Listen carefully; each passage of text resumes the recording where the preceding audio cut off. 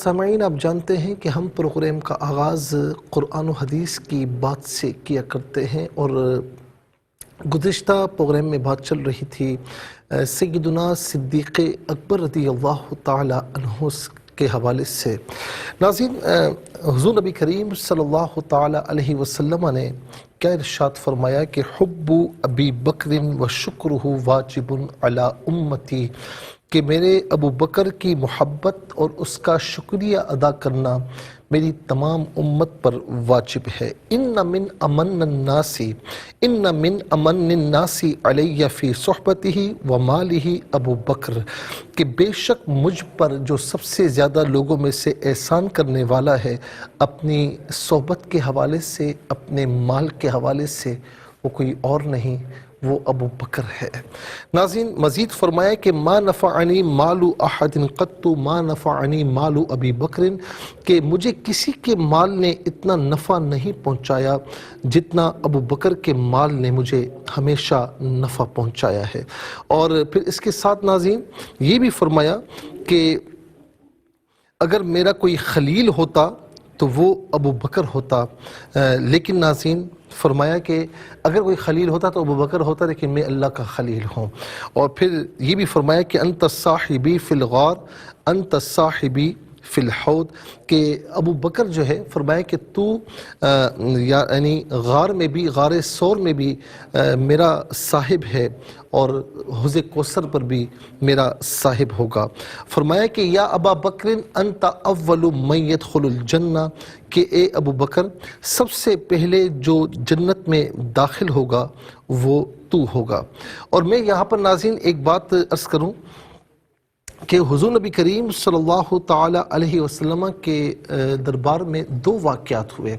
حضرت عمر رضی اللہ تعالی عنہ اور سیدنا صدیق اکبر رضی اللہ تعالی عنہ کی آپس میں کچھ بات ہو گئی۔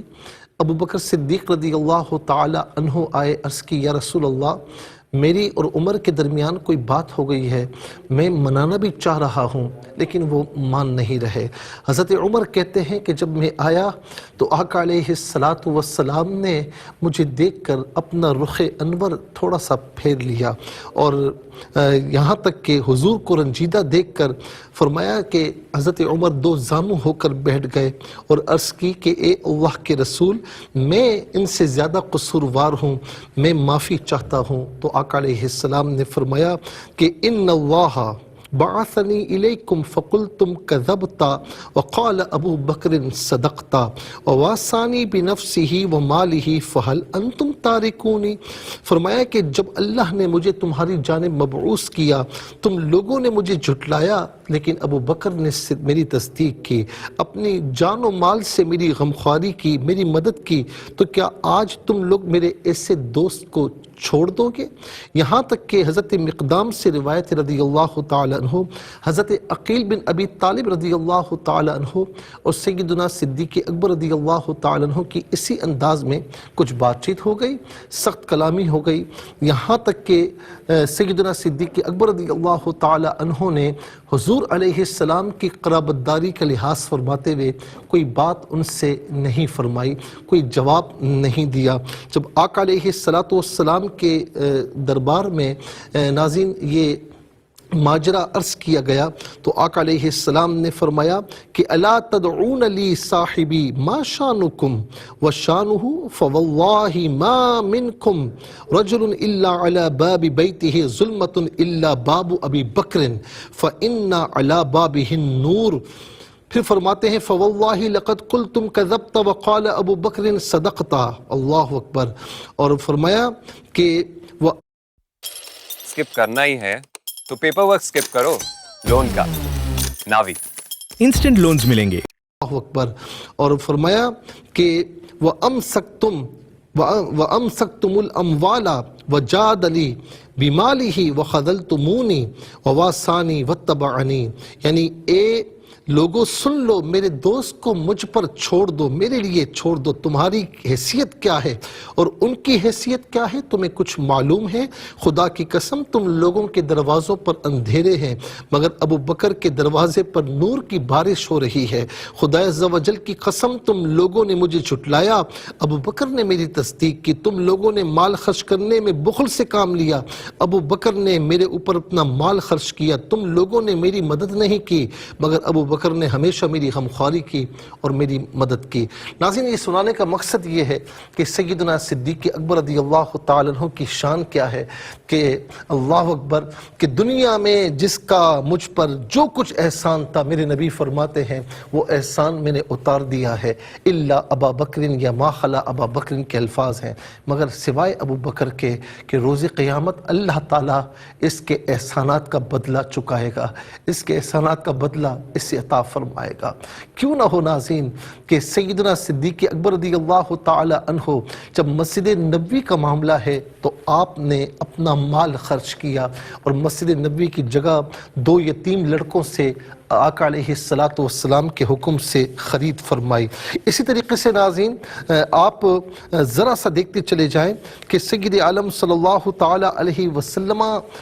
کے معاملے میں آقا علیہ السلام کی سے محبت کی بات آ جائے تو بس سب کچھ پیچھے ہو جاتا ہے۔ آپ دیکھیں کہ حضور کو پسند تھا کہ بلال کو آزاد کریں تو آپ نے بلال کو خرید کر آزاد فرمایا، حضرت خباب رضی اللہ تعالی عنہ کو خرید کر آزاد فرمایا۔ جو حضور کی پسند ہے سیدنا صدیق اکبر رضی اللہ تعالی عنہ اپنا تن من دھن اس پر قربان کرنے کے لیے تیار رہتے ہیں۔ اور پھر آپ دیکھیں کہ کتنے بڑے بڑے کام آپ کے دور خلافت میں ہوئے کہ جہاں پر قرآن کی تدوین کا معاملہ تھا، قرآن کو ایک جگہ جمع کرنے کا معاملہ تھا تو وہ آپ نے ناظرین اسے سر انجام دیا۔ حضرت عمر رضی اللہ تعالی عنہ، مولا علی، حضرت زید رضی اللہ عنہ مجمعین ساتھ ہے، آپ نے یہ فریضہ سر انجام دیا۔ اس طریقے سے دیکھا جائے تو پرنٹ میڈیا کے موجد آپ نظر آتے ہیں۔ پھر اس کے ساتھ ناظرین جو مرتدین تھے جنہوں نے زکوٰۃ کی ادائیگی سے انکار کیا تھا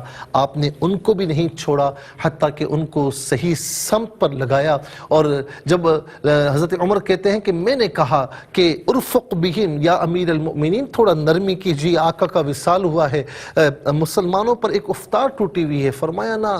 بلکہ الٹا ان سے فرمایا کہ تمہیں کیا ہو گیا ہے کہ تم تو پہلے زمانے میں بڑے غصے والے تھے، اور یاد رکھنا کہ آج اگر حضور نبی کریم علیہ السلام کے زمانے میں کوئی رسی کا ٹکڑا بھی دیتا تھا آج انکار کرے گا، ابو بکر اس کے خلاف جہاد کرے گا۔ پھر لوگوں نے دیکھا، صحابہ کرام نے یہ فرمایا کہ واقعی ابو بکر نہ ہوتے تو آج دین اس حالت میں ہمیں نہ ملتا، جیسا دین میرے آقا علیہ السلام سے لیا۔ ناظرین آپ دیکھیں کہ اللہ اکبر کہ امت جو ہے آقا علیہ السلام کے بعد جیسی تھی حضرت عمر کے حوالے ویسی ہی کی، اور پھر اس کے ساتھ ساتھ ناظرین سب سے پہلے خیرات کرنے والے، سب سے پہلے مسجد بنانے والے، سب سے پہلے کفار کے سامنے اعلانیہ خطاب کرنے والے، سب سے پہلے کفار سے مقابلہ کرنے والے، سب سے پہلے آپ کو عتیق کا لقب ملا، عشرہ مبشرہ میں سب سے پہلے اجتہاد فرمانے والے، تدوین قرآن فرمانے والے، اور سب سے پہلے خلیفہ، اور آقا نے فرمایا کہ